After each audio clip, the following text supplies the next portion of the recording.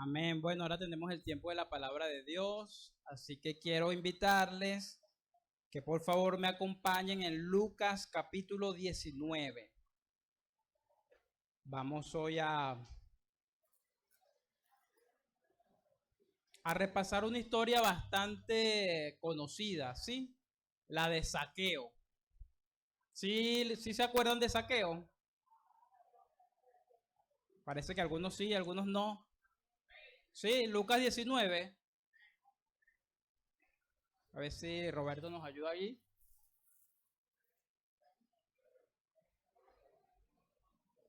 ¿Sí lo tenemos? Vamos a leerlos en el nombre del Padre, del Hijo y del Espíritu Santo. Habiendo entrado Jesús en Jericó, iba pasando por la ciudad, y sucedió que un varón llamado Zaqueo, que era jefe de los publicanos y rico, procuraba ver quién era Jesús, pero no podía a causa de la multitud, pues era pequeño de estatura. Y corriendo delante, subió a un árbol sicomoro para verle, porque había de pasar por allí. Cuando Jesús llegó a aquel lugar, mirando hacia arriba, le vio y le dijo: Zaqueo, date prisa, desciende, porque hoy es necesario que pose yo en tu casa. Entonces él descendió a prisa y le recibió gozoso. Al ver esto, todos murmuraban, diciendo que había entrado a posar con un hombre pecador. Entonces Zaqueo, puesto en pie, dijo al Señor: He aquí, Señor, la mitad de mis bienes doy a los pobres, y si en algo he defraudado a alguno, se lo devuelvo cuadruplicado.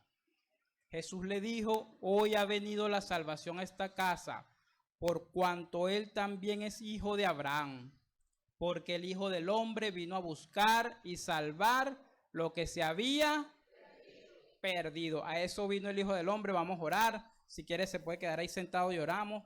Vamos a pedirle al Señor que nos ayude a comprender su palabra. Si este es un pasaje muy conocido, muy sencillo,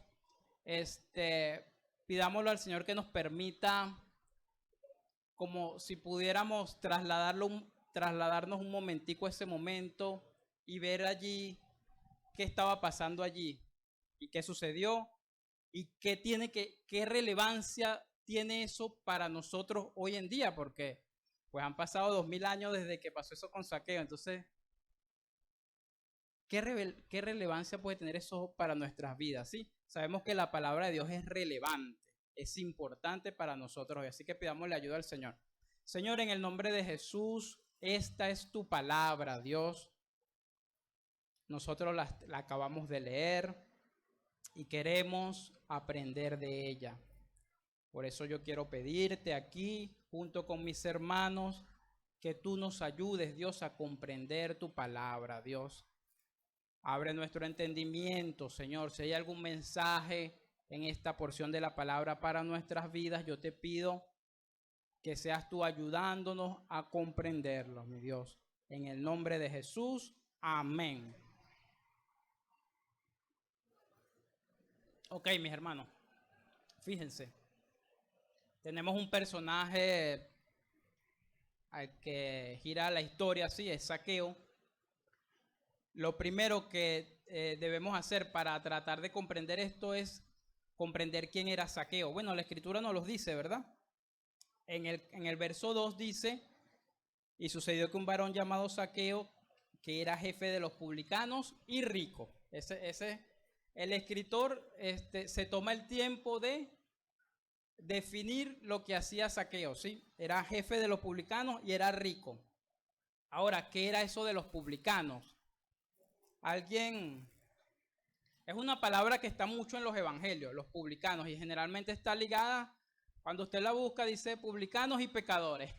Siempre está publicanos y pecadores. ¿Qué eran publicanos? ¿Alguien sabe? A ver, los escucho, publicanos.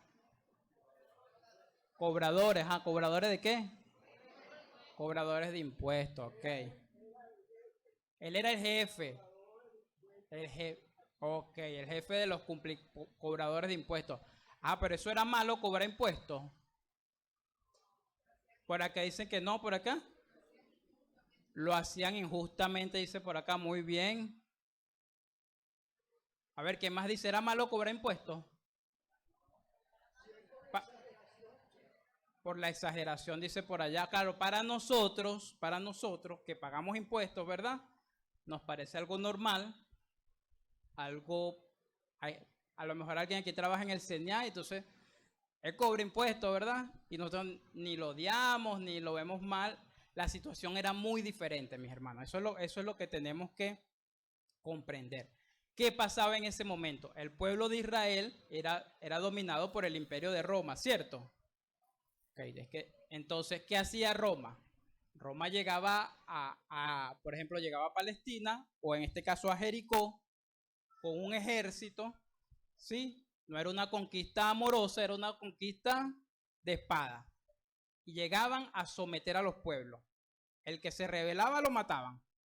Hasta que la gente decía, bueno, está bien, no nos maten más, ¿verdad? ¿Qué podemos hacer? Bueno, ustedes van a ser parte del imperio y nos van a pagar impuestos. Y aquí se hace pues lo que nosotros digamos. O sea, esa era la situación de Israel en ese tiempo. Ellos eran dominados por una nación extranjera. Y era un dominio opresivo, no era un dominio chévere. Entonces ellos dominados por una nación extranjera. Imaginemos nosotros hoy Charallave acá y viene una nación y nos domina y dice, bueno, ustedes de ahora en adelante me van a pagar tal cantidad todos los meses. Entonces, claro, la cosa está difícil para uno, para cubrir su necesidad y ahora hay que pagar, sacar para pagar algo a un pueblo extranjero. Así que aparte nos domina y que aparte hacemos lo que ellos dicen, porque si no lo hacemos, nos matan con la espada, ¿cierto? Esa era la situación. Ahora, Zaqueo no era de Roma, Zaqueo era judío. Por ahí al final Jesús dice, él es hijo de Abraham. ¿Sí lo ven? Entonces, ¿cómo un publicano llegaba a ser cobrador de impuestos si él no era de Roma? ¿No han pensado eso? Porque tenía conexiones, puede ser, ¿verdad? Bueno, fíjense, la cuestión funcionaba más o menos así. Roma dominaba la ciudad, vamos a poner ejemplo otra vez, Charallave, y ellos le ponían precio a esa ciudad. Yo decía, bueno, Charallave más o menos las características, tiene tantos habitantes, esa ciudad debe valer 100 millones de dólares. O sea, yo debo recolectar de esa ciudad esa cantidad mensual o en el periodo que ellos dijeran, con impuestos. Ahora, ¿cómo lo recolectaban? Ellos hacían como unas licitaciones a personas que pudieran hacer ese trabajo, si podemos decir, ese trabajo sucio. Y ahí salen los publicanos. Eran generalmente personas de influencia, personas de dinero, que de alguna manera tenían una conexión con el imperio y decían, mira, yo me encargo de cobrar eso por ti. ¿Cuánto es que vale la ciudad? Vale 100 millones de dólares. ¿Eso es al mes? Sí, al mes. Yo te lo cobro. Ah, bueno, está bien. Entonces era como si él se ganaba ese contrato. Él licitaba. Y Roma decía, está bien, tú me lo cobras. Mes tras mes me traes ese dinero, ¿sí? ¿Cuál era el negocio del publicano, mis hermanos? Suponiendo que hay 100.000 personas y eran 100 millones de dólares, cada familia 100 dólares, por ejemplo. ¿Cuál era el negocio del publicano? No cobrar 100, sino cobrar 200. Él le entregaba sus millones a Roma y él se quedaba con sus otros millones en el bolsillo. ¿Sí lo ven? No solo que era el negocio del publicano, que el publicano era de la nación, era alguien de Charallave, es más, era alguien que es tu vecino, ¿vale? Tu amigo, que tú naciste con él, que se crió contigo, ese te venía y te cobraba. Y no te cobraba 100, sino te cobraba 200. No solo que no te cobraba, si en el caso de que un padre de familia no podía pagar ese impuesto, el publicano que estaba apoyado por el ejército, él iba con sus soldados allí, los sacaban de la casa y vendían la casa para recuperar algo. Eso eran los publicanos. Entonces era un trabajo, se puede decir, desalmado, duro.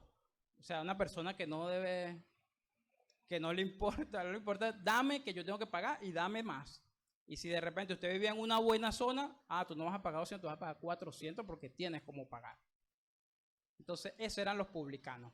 Por eso la gente los odiaba, los aborrecía.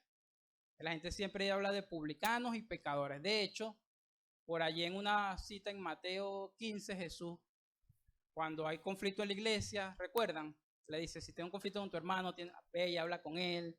Si te entiendes, has ganado a tu hermano. Si no, llama a 2 o 3 testigos. Si no, llama a la iglesia. Y si no les entiende, tenlo por publicano. O sea, imagínate, esa era tenlo por alguien. O sea, los publicanos eran personas que eran aborrecidos, mis hermanos.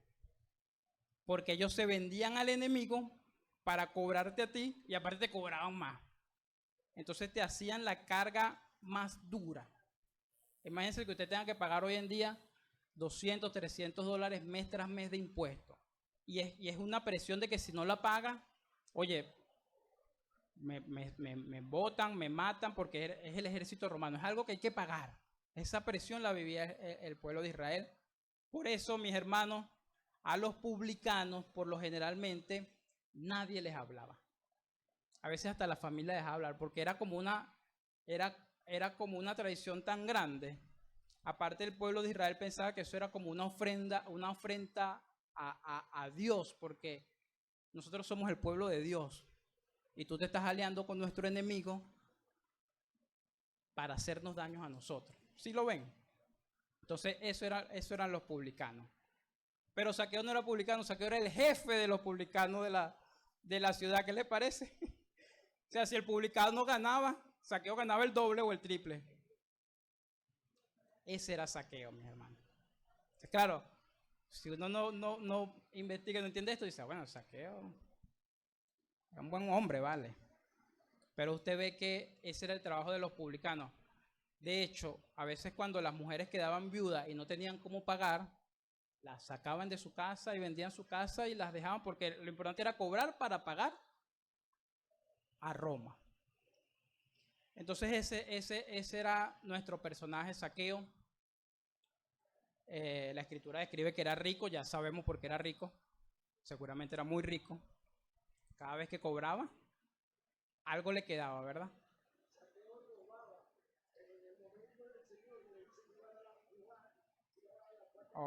Okay. Ya vamos a llegar para allá, mi hermano Ramón, no te me adelantes. Entonces, ese es Zaqueo, mis hermanos. Pero Zaqueo también es ese hombre que nos relata la escritura. Un hombre que no le importó montarse en un árbol simplemente para ver que pasaba por ahí Jesús. Entonces era un hombre, tiene que haber sido un hombre duro de corazón para tomar ese trabajo, si lo ven, pero un corazón en el que tal vez ya Dios venía tratando, sí, a lo mejor un hombre que teniendo toda la riqueza pensaba que la riqueza era lo que él necesitaba, a lo mejor teniendo toda esa riqueza decía, conchale, pero es que ya esto era toda la riqueza, ¿verdad? O sea, yo pensé que yo iba a ser más feliz. Sí, ese también era Zaqueo. Era un hombre a lo mejor que Dios ya venía tocando ahí el corazón. De tal manera que cuando él escucha, oye, va a venir Jesús, dicen que ese es el Mesías, ese es el que sana. Yo lo tengo que ver. El hombre era bajito y la multitud no podía ver. Él era rico, hermano. Imagínate una persona rica, ¿sabes? Y no le importó montarse en un árbol para... su intención era solo poder ver. Pero, oye, lo vi al maestro, ¿sí? Ahora imaginémonos qué habrá sentido ese hombre cuando él lo vio a Jesús, pero cuando Jesús voltea su mirada a él y lo llama por su nombre y dice, Zaqueo, Zaqueo, desciende, que voy a ir a tu casa, lo voy a comer contigo. La escritura nos relata en el verso 6 que él descendió a prisa y le recibió gozoso. Entonces tenemos un Zaqueo, un hombre duro, que tenía un trabajo feo, se podría decir, un trabajo que la gente aborrecía, pero también tenemos un hombre que anhelaba conocer al Mesías. Sí, ese es nuestro personaje Zaqueo. Ahora, entendiendo esto, mis hermanos, que el publicano lo que hacía, entendemos por qué el verso 7 dice lo que dice. A ver, el verso 7, Roberto.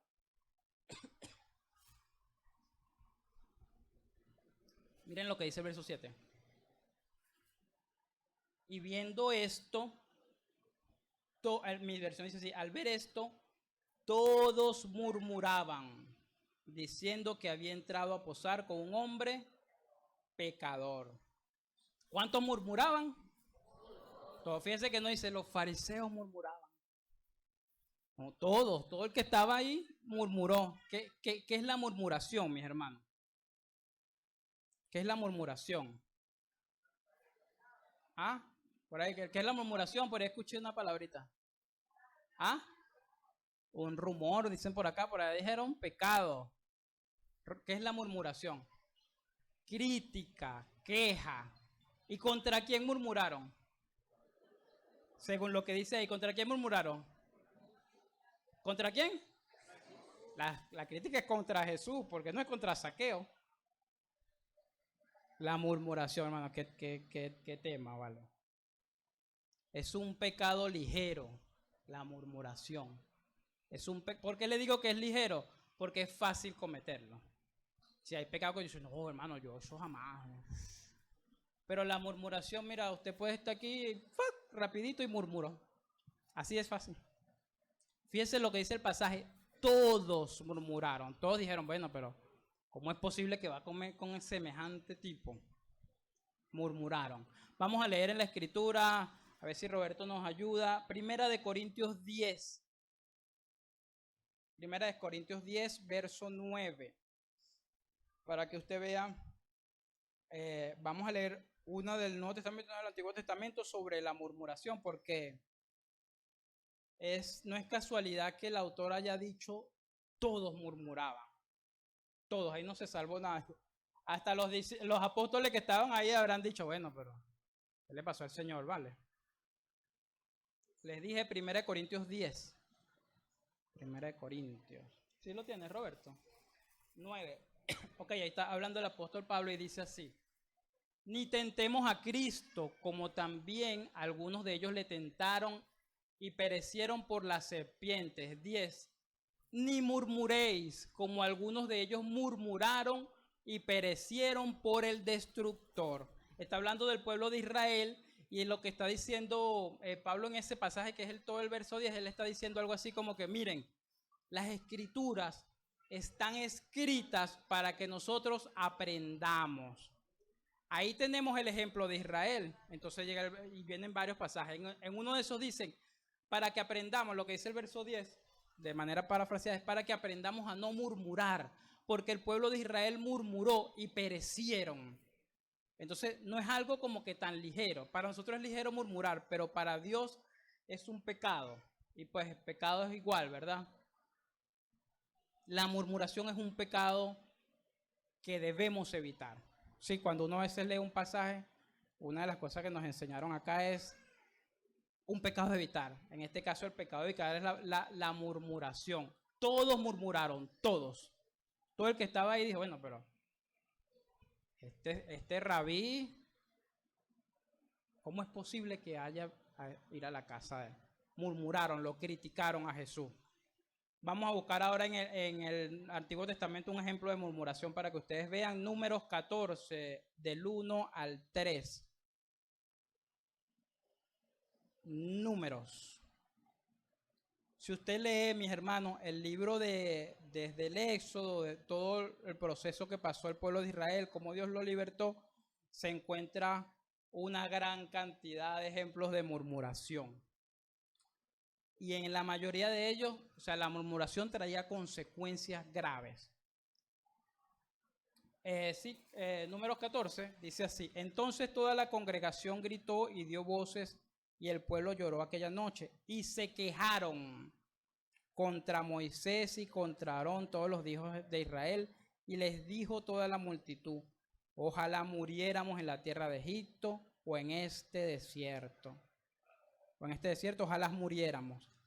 ¿Y por qué nos trae Jehová a esta tierra para caer a espada y que nuestras mujeres y nuestros niños sean por presa? ¿No nos sería mejor volvernos a Egipto? Es murmuración, mis hermanos. Murmuración. Fíjese ahí como le dice el verso 2. Se quejaron contra Moisés, se quejaron contra Aarón, se quejaron contra los líderes y se quejaron contra Dios. Eso es murmuración. Y es algo que es muy común para el hombre natural.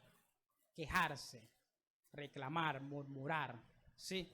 Cuando todo está bien, de maravilla, gloria a Dios, ¿sí?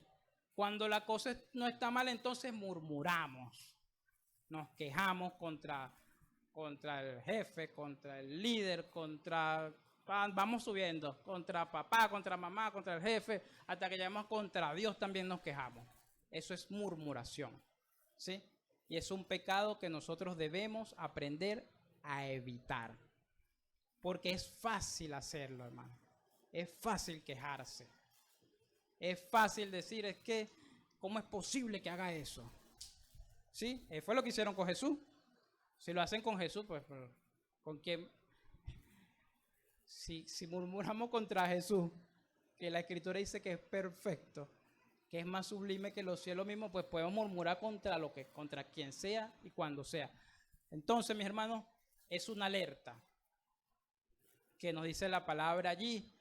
Todos murmuraron contra Jesús. Es decir, que posiblemente si nosotros hubiésemos estado allí, estábamos en la lista de los murmuradores contra Jesús. ¿Qué les parece? Dice, no, hermano, jamás. Pero si ese estaba ahí, yo hubiese dicho, ¿cómo es posible que se fue a comer con Zaqueo? Ese hombre tan malvado. Somos así. Entonces la Escritura nos alerta y nos dice, epa, tú eras así, no quiere decir que tienes que seguir siendo así toda tu vida, ¿sí? Entonces alguien me puede decir, hermano, pero ¿cómo hago cuando pasa algo? Es una injusticia, eso no está bien. ¿Cómo hago quiero decir, quiero quejarme, quiero murmurar? ¿Cómo hago? ¿Cómo hacemos? Piensa, hermano. ¿Cómo hago? Quiero murmurar. Pero la Escritura me dice que es pecado. ¿Cómo hago? Por ahí dice que mordece la lengua. A veces hay situaciones, hermano, que son injustas. Que usted dice, cónchale, quiero murmurar. Es pecado, mi hermano. ¿Usted qué debe hacer? Usted vaya a su cuarto y hable con su padre. Dile, Dios mío, mira esta situación. Esto es injusto, Señor. Esto no es justo, Dios. Haz algo, Señor. Haz algo. Porque si la murmuración solucionara el problema, yo le digo, ay, murmura, hermano, pues solucionamos. Pero no soluciona nada y usted entra en una situación de pecado. ¿Lo ve? No solucionamos nada para estar metido en pecado y tiene que ir a arrepentirse delante de Dios y a veces ni se da cuenta. Ni se da cuenta que está murmurando, pero usted se está quejando porque usted piensa, es que está mal, entonces lo tengo que decir. Yo lo tengo que denunciar. Entonces, vaya y hable con Dios, dígale, Señor, mira esta situación, yo creo que no está bien, haz algo, ¿sí? Y ayúdame, como dice tu palabra, a guardar mi lengua, ¿sí? Para lo bueno. Dice la palabra que nuestra palabra sea sazonada, ¿sí? Que sea de bendición para los oyentes. Dice Pablo, canten salmos e himnos espirituales, ¿sí? Hablemos otra cosa, ¿sí? Las situaciones incómodas, difíciles, hablemoslas con Dios y que Dios pues haga lo que tenga que hacer, ¿sí? Amén. Amén. Bueno, eso fue, mi hermano, porque la Biblia dice todos murmuraron. Y si dice todos, es todos. Y si yo hubiese estado allí, hubiese murmurado contra el Señor también. ¿Qué le parece? De hecho, cuando uno a veces ve que la cosa no está bien, uno dice, cónchale, Dios mío, pero ¿por qué no haces algo? Y me estoy murmurando contra Dios. ¿Sí lo ven? O sea, estoy diciendo, Dios mío, ¿por qué lo haces así? Tienes que hacerlo asado. Es que hasta eso llegamos, mis hermanos. El hombre natural lo hace siempre. Ahora, nosotros también lo hacemos a veces. Pero la idea es que no lo hagamos nunca, porque es un pecado. De hecho, la Escritura, lo que leímos en Corintios, dice, ellos perecieron por el destructor por sus murmuraciones. Murmuraban contra Dios hasta que un día se cansó y ¡pam! Ahí quedaron, por murmuradores. Entonces, bueno, que nuestra palabra sea diferente, hermano. Volvamos a nuestra historia de Zaqueo. Señor le dice, Zaqueo, baja, voy a tu casa. Wow, me imagino Zaqueo se contentó, la Escritura lo dice, lo recibió con gozo, se alegró. O sea que este hombre duro, tal vez perverso, ya su corazón estaba cambiando porque se alegró de que Jesús iba a ir a su casa. O sea que tenía en estima a Jesús. ¿Sí lo ven? Porque si no lo tienen en estima, dicen, no, mejor no venga, ¿verdad? No estoy, no venga. Pero si alguien de estima dice, wow, viene a mi casa, el hombre se contentó. O sea que ya Dios venía trabajando en el corazón de Zaqueo. Zaqueo seguramente también escuchó la murmuración de los demás, ¿verdad? Pero pues parece que su gozo por el encuentro con Jesús, es decir, la murmuración le fue poco, no le interesó. Lo importante era que venía Jesús. Y luego ocurre el milagro de salvación que vemos allí, que nos comentaba por ahí nuestro hermano Ramón, que es la respuesta de Zaqueo a estar en la presencia de Jesús. La escritura no nos da, no nos dice cómo fue ahí la cena, tal vez tuvieron una cena.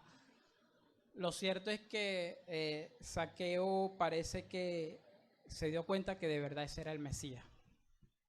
Este es el Mesías.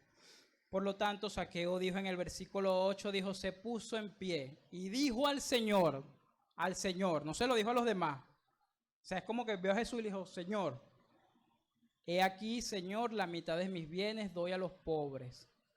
Y sin algo he defraudado a algunos, se lo devuelvo cuadruplicado. Esto era parte de la ley judía. La ley judía les decía, la ley de Moisés, si alguno es encontrado robando una oveja, pues debería reponer 4.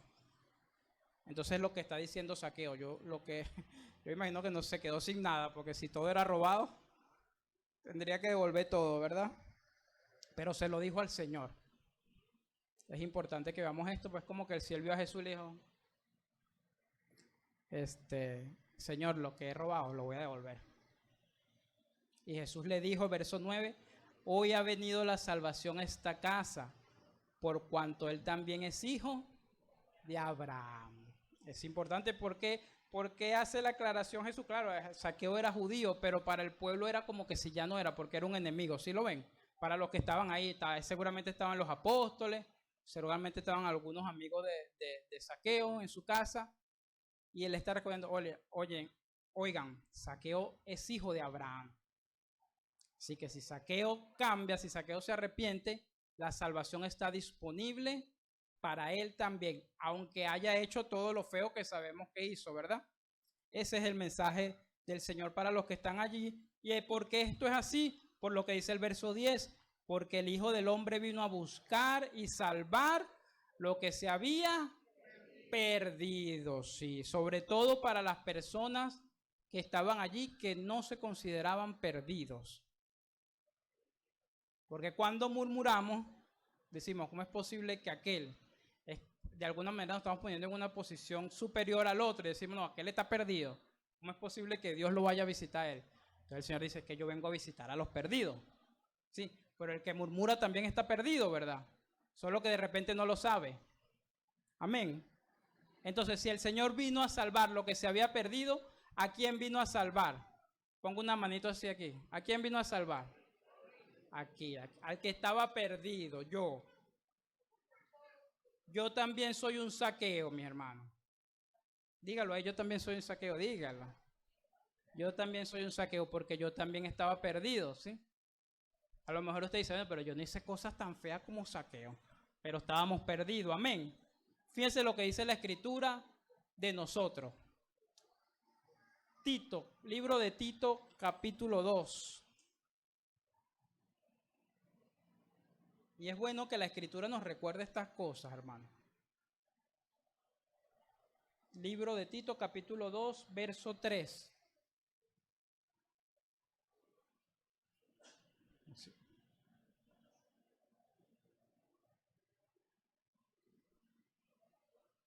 ¿Lo tiene, Roberto? Ok.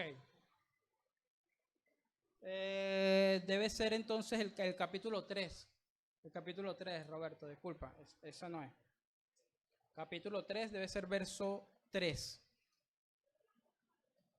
¿Sí? Ok, fíjense lo que dice la escritura de nosotros. bueno, de los creyentes.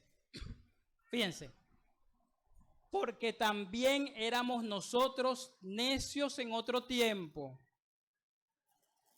rebeldes, extraviados, sirviendo a concupiscencias y deleites diversos, viviendo en la malicia y envidia, aborrecibles, aborreciendo los unos a los otros. Sigue, el siguiente, porfa.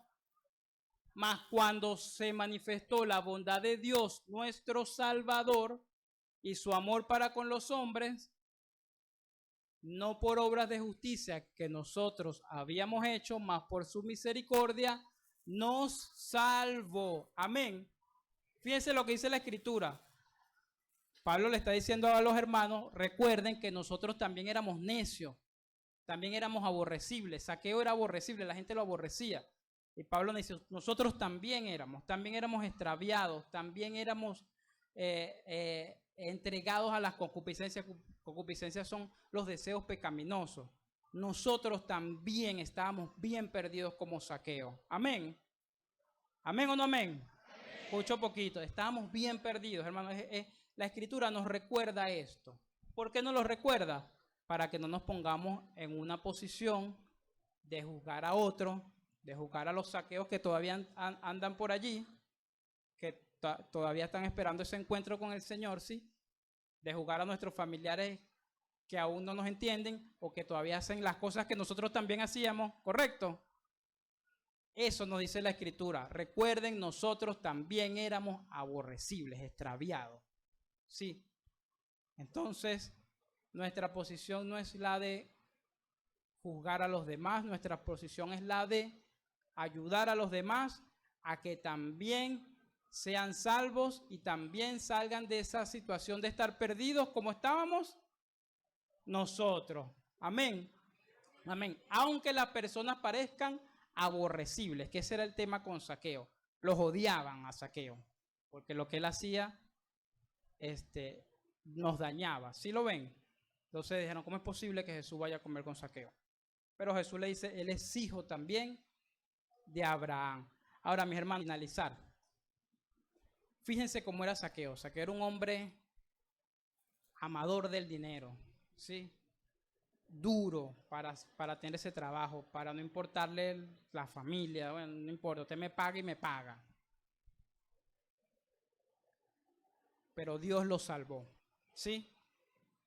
Si Dios puede salvar a Zaqueo, si Dios pudo salvar a Zaqueo, Dios puede salvar a tu esposo, a tu esposa, a tu hijo, a tu padre, a tu madre, a tu vecino. Si Dios pudo salvar a Zaqueo, que era como era, Dios puede salvar a cualquiera. Amén. A ese vecino que tú tienes que dice, wow, este hombre es terrible. Dios puede salvarlo. ¿Cómo lo sabes? Porque salvó a Zaqueo. En esa ciudad se hacía una apuesta. ¿Dónde cree usted que se va a quedar Jesús? Nadie votaba por Zaqueo. Entonces, esa es una tremenda lección que nos da la palabra de Dios. Dios puede salvar a quien Él desee. Entonces, mi hermano, ahí piensa en tu esposo, tu esposa, tu familiar, tu vecino. Dios puede salvarlo. Dios puede salvarlo. No te desanimes, no te frustres si ves que si tú quieres un cambio rápido, ora por él. Ora para que el corazón de ese hombre, de esa mujer, vaya siendo poco a poco transformado como fue el corazón de Zaqueo, ¿sí? Porque aunque Zaqueo era un hombre duro, lo que nos muestra la Escritura, que él corrió, se montó en un árbol solo para ver a Jesús, nos demuestra que ese corazón estaba cambiando. Ahí Dios lo estaba tocando. Se estaba quitando el corazón de piedra, se estaba poniendo un corazón sensible porque quería conocer a Jesús, ¿sí? Entonces, no pierdas la esperanza de que Dios salve a los Zaqueos que hay en tu casa, en tu familia, en tu cuadra, en tu trabajo y todos los que estén por allí, ¿sí? Para Dios, mis hermanos, no hay nada Amén. Para Dios, mis hermanos, no hay nada imposible. Nada es imposible para el Señor. Amén. Vamos a poner sobre nuestros pies, vamos a orar. Le voy a pedir a los músicos y a la directora que se acerquen por acá. Vamos a pedirle al Señor que nos perdone si alguna vez hemos murmurado. Es muy probable que sí lo hayamos hecho. Y vamos a pedirle también que toque los corazones de esas personas que aún son como Zaqueo, ¿verdad? Que necesitan acercarse a Él. Amén. Oremos, mis hermanos. Señor, en el nombre de Jesús, queremos darte la gloria por esta tu palabra, Dios. Tú has dejado la palabra aquí, Señor, para que nosotros aprendamos, Dios. Hoy hemos aprendido que a ti no te importó la condición de Zaqueo para llegar a su casa, a su vida, a su corazón y para transformarlo, Dios. Porque tu misericordia es así, Dios, es gigante, es grande, Dios. Queremos pedirte, Señor, que nos ayudes, Dios, a evitar el pecado de murmuración, que nos ayudes a que nuestra palabra, Dios, nuestra boca, hable cosas que te agraden, Señor, en el nombre de Jesús. Te pedimos perdón, Señor, si alguna vez hemos murmurado contra alguien o contra ti, Dios. Reconocemos, Dios, que esto es un pecado, Dios, y que no queremos hacerlo. Y ahora, Señor, también, así como salvaste a Zaqueo, yo queremos pedirte, Dios, que tú puedas salvar a mi familiar, a mi amigo, a mi conocido, Dios. Así como te revelaste a Zaqueo, Dios, yo quiero pedirte que te reveles, Dios, a mi esposa, a mi esposo, a mi hijo, a mi papá, a mi tía, Señor, a mi tío, a mi abuelo, a mi abuela, Dios. Ellos también te necesitan, Señor. Queremos pedirte por su corazón, Dios. Permite que su corazón sea tocado como fue tocado el corazón de Zaqueo, para que ellos estén preparados para un encuentro contigo, Dios. Para que ellos puedan ser transformados por ti como tú nos transformaste a nosotros, Dios. Porque nosotros, Dios, también estábamos lejos de ti, como estaba Zaqueo. Pero un día tú llegaste a nuestras vidas y nos invitaste también. Muchas gracias, Señor. Te adoramos, Dios. Te damos a ti la gloria, mi Dios, en el nombre de Jesús. Gloria a Dios. Gloria a Dios. Alabemos a nuestro Señor. Un aplauso para nuestro Dios.